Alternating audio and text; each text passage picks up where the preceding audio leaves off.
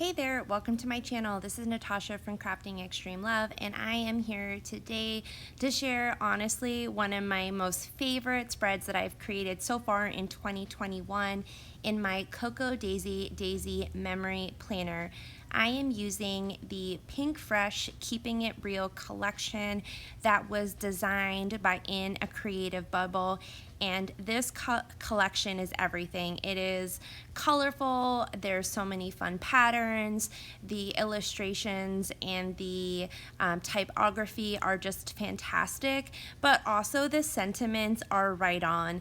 I feel like this is a collection that can be used for both the good and the bad and everything in between. And if you're new to my channel, I am a huge advocate of documenting both the good, the bad. I shouldn't even say both, but really all spectrums of life I believe should be documented, as I believe paper crafting, especially memory planning, is so therapeutic and is just such a great creative exercise to work through all the feels, and having beautiful products to do so just makes it that much more fun. Now, throughout this layout, you will see that I am using a few different photo sizes, and one of the most common questions that I get is, hey Natasha, how do you print your photos? The most common way that I print my photos is using the Canon Selphy photo printer. I purchased mine, I want to say 4.5 years ago, maybe even longer, and it is still trucking along. I think it is such a great buy if you are interested in memory planning and more doing the photo process at your home versus taking them and printing them elsewhere. I do sometimes print the photos off my printer using a white photo matte paper, but honestly I find the Canon Selphy a lot easier and more convenient, so it's often what I am leaning towards, because hey, who doesn't want easy, am I right? And then I would say my second most common question that I receive here on my YouTube channel and over on Instagram is how I size or resize my photographs. I use the PicFrame app, and I believe there is a small fee associated with this app.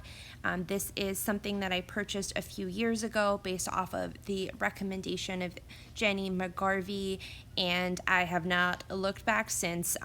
Once again, it's a small investment, but I have found it so easy to put together these layouts because I have the photos in a size that is easy to use and works really well in this format. This is the Cocoa Daisy Planner, which is about the size of a classic happy planner.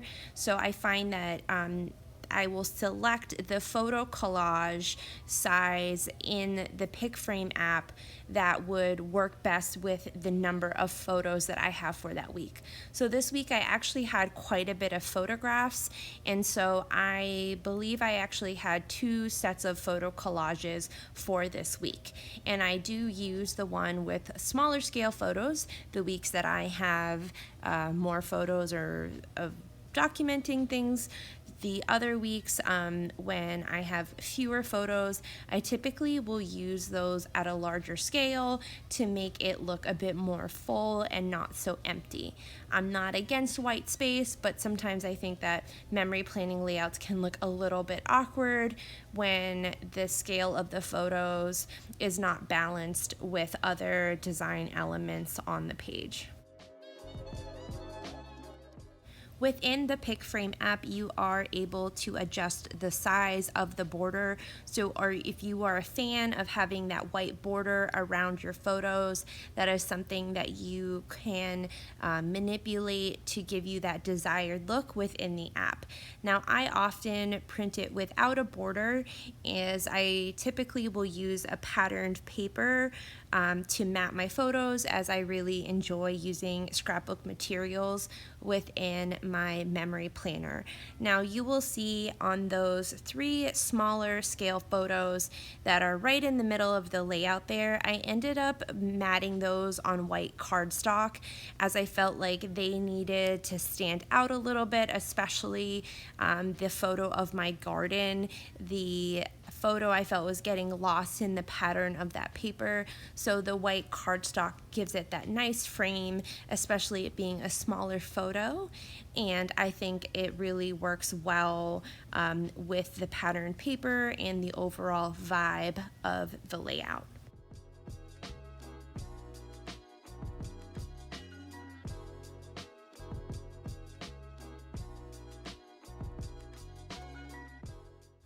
So now we chatted a little bit about the photos that I'm using and my process.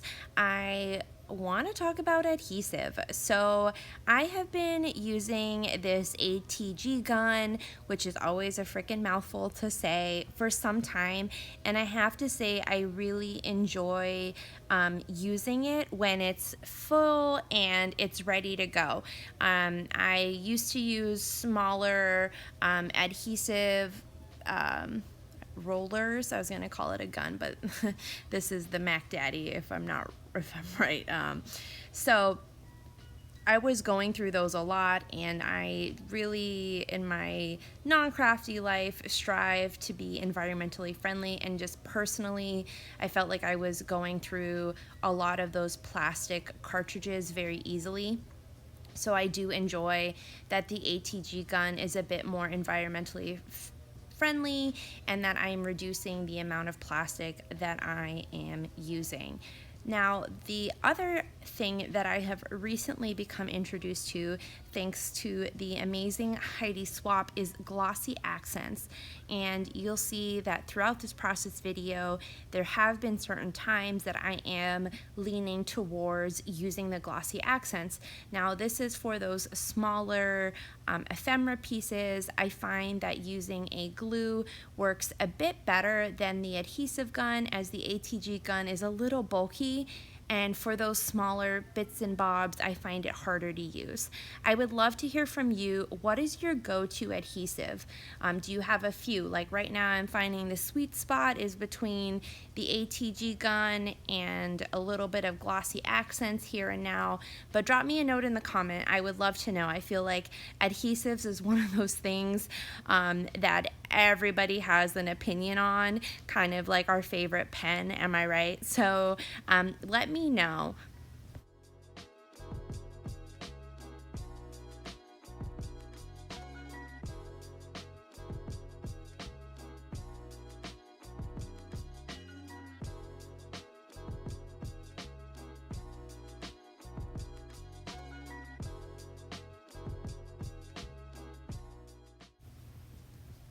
So as I work through this layout, I am going to be working on adding some stamping.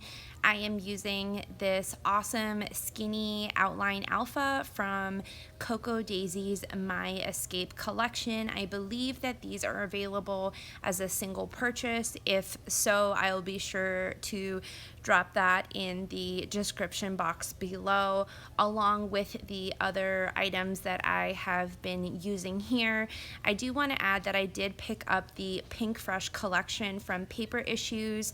I recently found out about their shop, and I'm always looking for a way to support small businesses, especially within the paper craft industry. I think it's been a really tough year for everyone, or year and a half really. So if you are able to, definitely shop small. There's some amazing shop owners and creators out there, and I want to make sure that I'm doing my part to keep those guys afloat.